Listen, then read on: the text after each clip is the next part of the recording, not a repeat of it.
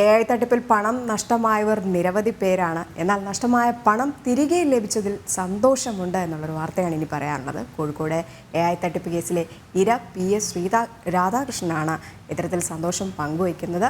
Cyber police നടത്തിയ അന്വേഷണത്തെ അഭിനന്ദിക്കുന്നുവെന്നും രാധാകൃഷ്ണൻ ജനം ടിവിയോട് പറഞ്ഞു. AI ഡീഫേക്ക് സാങ്കേതിക വിദ്യകൾ ഉപയോഗിച്ച് രാജ്യത്ത് തന്നെ നടന്ന ആദ്യ തട്ടിപ്പായിരുന്നു കോഴിക്കോട് പാലാഴി സ്വദേശിയുടെ പണം തട്ടിയ സംഭവം. പ്രജിത് മോഹൻ തയ്യാറാക്കിയ റിപ്പോർട്ട് കാണാം.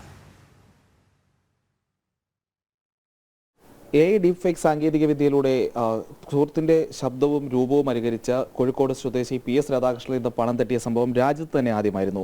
എന്നാൽ ഇപ്പോൾ 6 മാസങ്ങൾക്ക് ശേഷം അദ്ദേഹത്തിൽ നിന്ന് നഷ്ടമായ ആ 40,000 രൂപ ഇപ്പോൾ തിരിച്ചു കിട്ടിയിരിക്കുകയാണ്. നമ്മോടൊപ്പം PS രാധാകൃഷ്ണൻ തന്നെ ചേരുന്നുണ്ട്. അപ്പോൾ 6 മാസങ്ങൾക്ക് ശേഷം രാജ്യത്ത് തന്നെ നടന്ന ആദ്യത്തെ ഒരു സംഭവത്തിൽ ഇത്രയധികം പെട്ടെന്ന് ഈ പണം തിരിച്ചു കിട്ടിയിട്ടുണ്ട്. എന്താണ് ഇപ്പോൾ പറയാനുള്ളത്? എനിക്ക് വളരെയധികം സന്തോഷമുണ്ട്. ഇത് ഈ പൈസ പോയി കഴിഞ്ഞപ്പോൾ ഞാനത് തിരിച്ചു കിട്ടുമെന്ന് അല്പം പോലും പ്രതീക്ഷിച്ചിട്ടില്ല.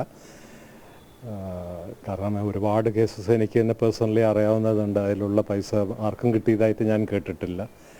അത് കിട്ടിയതിൽ എനിക്ക് വളരെയധികം സന്തോഷം. എങ്ങനെയാണ് ഈ അറിയിപ്പ് വന്നത്, ഈ പണം തിരിച്ചുമായി ലഭ്യമായതുമായി ബന്ധപ്പെട്ട്? ഇന്ന് രാവിലെ സൈബർ ക്രൈം ഓഫീസിൽ നിന്ന് ബീരജ് സാറിൻ്റെ കോൾ എനിക്ക് വന്നു. അദ്ദേഹം എന്നോട് പറഞ്ഞു, സാർ ഒന്ന് അക്കൗണ്ട് ചെക്ക് ചെയ്യണം, അതിലേക്ക് പൈസ. കാരണം കുറേ ദിവസമായിട്ട് ഫോളോ അപ്പ് ചെയ്തുകൊണ്ടിരിക്കുന്നത്. എനിക്ക് കഴിഞ്ഞ ഒരു മാസമായിട്ട് ബീരജ് സാർ പല പ്രാവശ്യം വിളിച്ചിട്ടുണ്ട്. ഞാനും അദ്ദേഹത്തെ വിളിച്ച് സംസാരിക്കാറുണ്ട്. കാരണം ഗോവ കോർട്ട് ഓർഡർ വേണ്ടിയിട്ടായിരുന്നു അവർ കാത്തിരുന്നത്. കാരണം ഇത് കേരളത്തിൻ്റെ പരിധിക്ക് പുറത്താണ്. അപ്പോൾ ഗോവയുടെ കോർട്ടിൽ നിന്ന് ഒരു ഓർഡർ കിട്ടിയിട്ട് മാത്രം ആ പൈസ ട്രാൻസ്ഫർ ചെയ്യാൻ പറ്റുള്ളൂ എന്ന് പറഞ്ഞു. അപ്പോൾ ആ ഓർഡർ കിട്ടിയ കുറച്ച് ദിവസമായി ആ പൈസ. ഈ കോഴിക്കോട് സൈബർ വിഭാഗം നടത്തിയ അന്വേഷണം എന്ന് പറഞ്ഞാൽ ഒരു സമയത്ത് മാതൃകകളില്ലാത്ത അന്വേഷണമാണ്. കാരണം ഇത്തരം ഒരു തട്ടിപ്പുണ്ടാകുകയും അതിന് പണം അന്വേഷിച്ച് രാജ്യത്തിൻ്റെ വിവിധ ഭാഗങ്ങളിൽ യാത്ര പോവുകയും അവിടെ നിന്നെല്ലാം ഈ പ്രതികളെ കണ്ടെത്തുകയും വളരെ സങ്കീർണമായി വളരെ ദിവസങ്ങളെടുത്ത് വളരെയധികം യാത്ര ചെയ്ത് നടത്തിയ അന്വേഷണമാണ്. അപ്പോൾ ഈ അന്വേഷണത്തിൽ ഈ കോഴിക്കോട് സൈബർ പോലീസിൻ്റെ അന്വേഷണത്തെ പറ്റി താങ്കൾക്ക് എന്താണ് പറയാനുള്ളത്? തീർച്ചയായും വളരെയധികം അവരെ അഭിനന്ദിച്ചേ പറ്റൂ. കാരണം ഇങ്ങനെ ഒരു കേസിൽ ഇത്രയ്ക്ക് മാത്രം ഇൻട്രസ്റ്റ് എടുത്ത്. പക്ഷേ അതിനെനിക്ക് തോന്നുന്നത് മെയിൻ കാരണം മീഡിയ അറ്റൻഷനാണ്. ഭയങ്കരമായിട്ടുള്ള ഒരു കവറേജാണ് മീഡിയ കൊടുത്തത്. അത് ഇന്ത്യയിലെ തന്നെ ഈ ആർട്ടിഫിഷ്യൽ ഇൻ്റലിജൻസ് ഉപയോഗിച്ചിട്ടുള്ള, അതായത് വീഡിയോ കോള് വരെ ഉപയോഗിച്ചിട്ടുള്ള, മറ്റേതാണെങ്കിൽ വോയിസ് മെസ്സേജും അല്ലെങ്കിൽ OTP എല്ലാം വെച്ചിട്ട് ഒരുപാട് തട്ടിപ്പുകൾ നടന്നിട്ടുണ്ട്.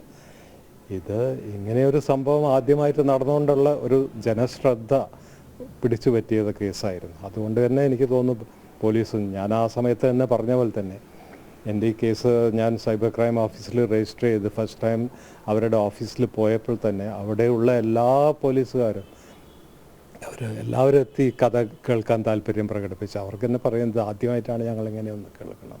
കാരണം ഞങ്ങൾക്ക് പോലും, മാധ്യമങ്ങൾക്ക് പോലും ഈ കേസ് സത്യം പറഞ്ഞാൽ ആദ്യമായിട്ടാണ് ഇത്തരം ഒരു സംഭവം പോലും ഉണ്ടാകുന്നതായിട്ട് കാണുന്നത്. അപ്പോൾ ഇനി ഇത്തരം തട്ടിപ്പുകളിൽ ആളുകൾ പെടാതിരിക്കാൻ ഇതൊരു മാതൃകയായി മാറും എന്ന് കരുതുന്നുണ്ടോ? തീർച്ചയായിട്ടും. കാരണം ഇപ്പോൾ തന്നെ ഒരുപാട് അവയർനെസ് ഇതിൽ പബ്ലിക്കിൻ്റെ ഇടയിലേക്ക് പോയി കഴിഞ്ഞിട്ടുണ്ട്.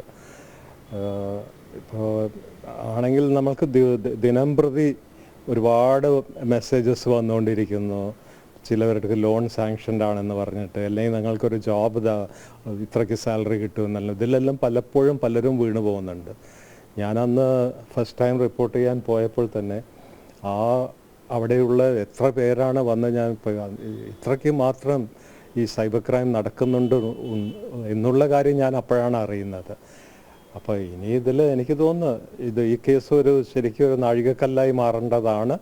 പലരും ഈ തട്ടിപ്പിന് ഇരയാകാതെ രക്ഷപ്പെടാനുള്ള സാധ്യതയുണ്ട്. അപ്പോൾ അദ്ദേഹം വളരെ സന്തോഷവാനാണ്. രാജ്യത്ത് തന്നെ സമാനതകളില്ലാതെ ഇതിന് മുൻപ് റിപ്പോർട്ട് ചെയ്തിട്ടില്ലാത്തൊരു ക്രൈം നടക്കുന്നു, ഒരു സൈബർ ക്രൈം നടക്കുന്നു. അതിൽ കൃത്യമായ അന്വേഷണം നടക്കുന്നു. അന്വേഷണം നടത്തിയതിൽ കോഴിക്കോട് സൈബർ ക്രൈം വിഭാഗത്തെ അവർ നടത്തിയ പ്രയത്നത്തെ അത് വളരെയധികം അഭിനന്ദിക്കേണ്ടത് തന്നെയാണ്. എന്തായാലും അന്വേഷണങ്ങൾക്കൊടുവിൽ ആ പണം അദ്ദേഹത്തിന് തിരികെ ലഭിച്ചിരിക്കുന്നു. മുഖ്യപ്രതികളെല്ലാം ട്രാക്ക് ചെയ്യാനും അതിലെ മുഖ്യപ്രതിയായ കൗശൽ ഷായെ അദ്ദേഹം ഇപ്പോൾ ഈ പറഞ്ഞ മുഖ്യപ്രതിയായ കൗശൽ ഷാ ഇപ്പോൾ തീഹാർ ജയിലിൽ റിമാൻഡിലാണ്. അദ്ദേഹത്തെ അയാളെ കോഴിക്കോടേക്ക് എത്തിക്കാനുള്ള പ്രൊഡക്ഷൻ വാറന്റ് അടക്കമുള്ള നടപടിക്രമങ്ങളുമായി പോലീസ് മുന്നോട്ട് പോവുകയാണ്. എന്തായാലും കോഴിക്കോട് വളരെ വിവാദമായി മാറിയിരുന്ന AI തട്ടിപ്പ് കേസിൽ അതിൽ പരാതിക്കാരന് അദ്ദേഹത്തിന് നഷ്ടമായ 40,000 രൂപ തിരികെ ലഭിച്ചിരിക്കുന്നു.